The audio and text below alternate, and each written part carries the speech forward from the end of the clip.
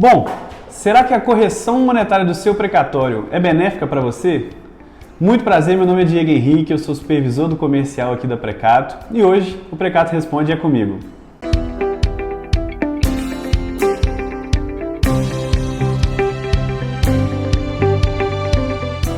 Bom, e para a gente começar aqui o vídeo, entender um pouquinho mais a respeito dessa correção monetária, eu vou dividir aqui em duas grandes partes. Bom, temos dois tipos de correções quando se tratam de precatórios. A correção através do IPCA-E ou através da Selic. No vídeo de hoje a gente vai entender com alguns exemplos práticos que aconteceram no decorrer desses últimos 12 meses, como que foi essa variação na correção dos precatórios. Então vamos lá. Pegando o exemplo do IPCA-E, apenas os precatórios que foram corrigidos por esse índice. A gente tem que, primeiramente para a gente entender um pouco do que é o IPCA-E, nada mais é do que um índice que mede a variação dos preços em alguns setores específicos, como por exemplo, alimentação, transporte, habitação e saúde. Pegando aqui um exemplo de um precatório no valor de R$100 mil, que foi corrigido de agosto de 2021 a agosto de 2022. Quanto que foi essa correção? Através aqui dos dados oficiais do próprio Banco Central, o IPCA-E nesse período foi cerca de 10,57%. Ou seja, o seu precatório, se antes estava no valor de R$100 mil em agosto de 2021, agora ele corrigido monetariamente estaria em R$ 110.572. A gente, num primeiro momento, pode pensar que, nossa, o meu precatório ele valorizou, eu posso aguardar, eu posso deixar ele com o governo, eu não vou perder valor com ele, e é justamente o que a gente quer trazer aqui nesse vídeo, um pouco de uma educação financeira, um pouco de reflexão para a gente entender o que acontece na prática. E até o final desse vídeo você vai entender um pouco de como que isso afeta diretamente o seu consumo, para como a correção monetária afeta diretamente a correção do seu precatório. Então vamos lá.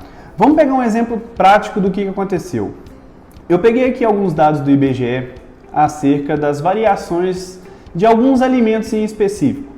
A gente tem o açúcar, que de agosto de 2021 a agosto de 2022 variou 44,06%, o frango 33,56%, o leite 33%, a batata 74,61% e o café 97,55%. Então esses são alguns exemplos de como que esses alimentos tiveram o aumento dos seus preços no decorrer desse ano. E a gente pode parar e pensar, vamos lá, o meu precatório antes, ele valia 100 mil e agora está 110.572, como eu disse. Uma variação, como eu expliquei, de 10,57. Em comparação, nós temos que vários outros alimentos, eu peguei aqui de um grupo específico, de um setor específico, o setor alimentício, tiveram variações 3, 4, 7, 9 vezes maior do que isso. Então, se a gente para pensar em um dono de restaurante, uma pessoa que está ligada diretamente a esse setor alimentício, será que essa pessoa aguardar o precatório, que está sendo corrigido ali a 10%, 10,5%, e no dia a dia do negócio dele, ele tem uma inflação muito maior dos alimentos que ele precisa adquirir para fazer as comidas, entregar um serviço de qualidade, será que é vantajoso para ele? Logicamente, a gente tem que o resultado é negativo. Por quê? Você tem ali uma diferença muito grande em relação ao seu dinheiro parado nas mãos do governo, e se esse dinheiro estivesse nas suas mãos, você estaria rentabilizando ele, comprando os alimentos ao decorrer desse ano de uma maneira muito mais barata, podendo aí gerar mais riqueza, poder trabalhar esse dinheiro ao invés de simplesmente aguardar esse precatório pelo pagamento normal do governo. Então, eu quis trazer esses exemplos de uma maneira bem curta para a gente entender e fazer uma reflexão. Será que a inflação pessoal minha, a minha inflação do Diego, as coisas que eu consumo, as coisas que eu mais tenho contato no dia a dia, que eu mais adquiro, elas estão variando igual a do meu precatório?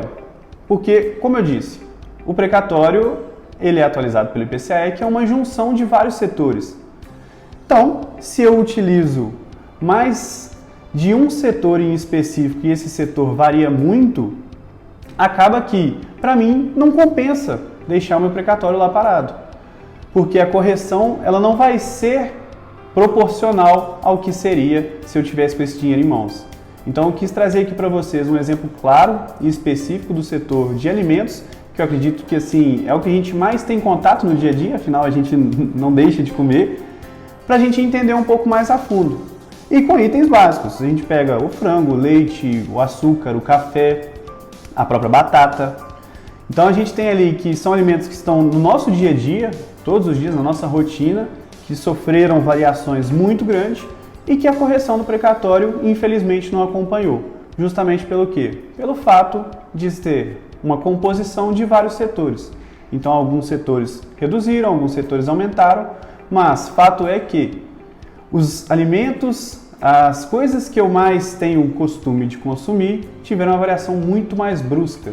Consequentemente, eu saí aí perdendo bastante, esperando meu precatório, deixando nas mãos do governo. Então é bom a gente entender um pouco desse conceito e aqui tentei trazer de uma maneira bem simples, bem didática para a gente começar a abrir a nossa mente a respeito desses pontos, para a gente justamente tomar uma decisão ou pelo menos realmente adquirir um pouco mais de conhecimento acerca do que acontece aí na nossa economia. Muito obrigado, foi um prazer falar com vocês, tamo junto!